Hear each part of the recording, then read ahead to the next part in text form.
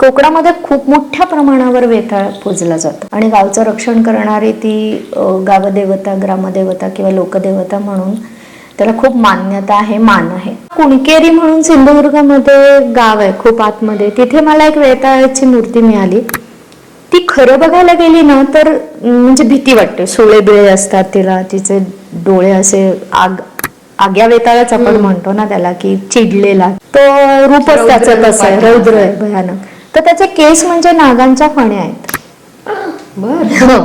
त्याचे बाजूबंद म्हणून नाग आहेत, त्याचे अँकलेट पायातलं म्हणून नाग आहेत, कंबरपट्टा म्हणून नाग आहे आणि त्याच्या मुकुटावर सुद्धा इथे तुला सगळ्या नागफण्यांचंच डिझाईन दिसतं. म्हणजे जरी रौद्र असला ना तरी आकर्षक आहे, काहीतरी एक प्रकारचं आकर्षक त्याच्या रूपामध्ये ते शिवाच्या आपल्याला दिसतं.